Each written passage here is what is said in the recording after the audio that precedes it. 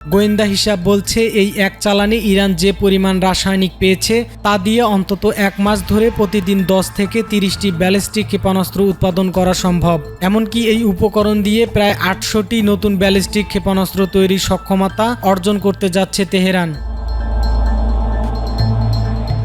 মজার বিষয় হলো এই জাহাজগুলো পরিচালনা করছে ইরান সরকারের মালিকানাধীন Iran Islamic Republic shipping licence, যারা ইতিমধ্যে মার্কিন যুক্তরাষ্ট্র এবং ইউরোপীয় ইউনিয়নের কঠোর নিষেধাজ্ঞার তালিকা রয়েছে। তা সত্ত্বেও সংঘাতের এই সংকটময় মুহূর্তে চীন এই জাহাজগুলোকে তাদের বন্দর ত্যাগের অনুমতি দিয়েছে। বিশ্লেষকরা একে চীনের একটি ইচ্ছাকৃত নীতি পছন্দ হিসেবে দেখছেন। বেজিং আনুষ্ঠানিকভাবে নিজেকে নিরপেক্ষ দাবি করলেও যুদ্ধের এই রুদ্ধশ্বাস মুহূর্তে তেহরানের ক্ষেপণাস্ত্র সক্ষমতা পুনর্গঠনে তাদের এই পরোক্ষ সমর্থন মধ্যপ্রাচ্যের সমীকরণকে আরও জটিল করে তুলেছে।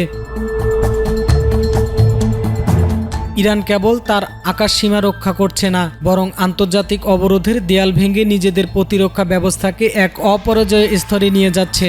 চীনা কার্গো জাহাজের এই সফল প্রবেশ তেহরানের সেই অবিচল সংকটেরই প্রতিফলন, যা বুঝিয়ে দিচ্ছে চাপ প্রয়োগ করে ইরানকে দাবিয়ে রাখা এখন আর সহজ নয়। বরং এই নতুন সমীকরণ মধ্যপ্রাচ্যে ইরানের হাতকে আরও শক্তিশালী করেছে এবং মার্কিন আধিপত্যের সামনে এক বড় চ্যালেঞ্জ ছুড়ে দিয়েছে। তেহরানের এই সামরিক পুনরুত্থান কি তবে এই অঞ্চলের নতুন একটি শক্তির ভারসাম্যের ইঙ্গিত?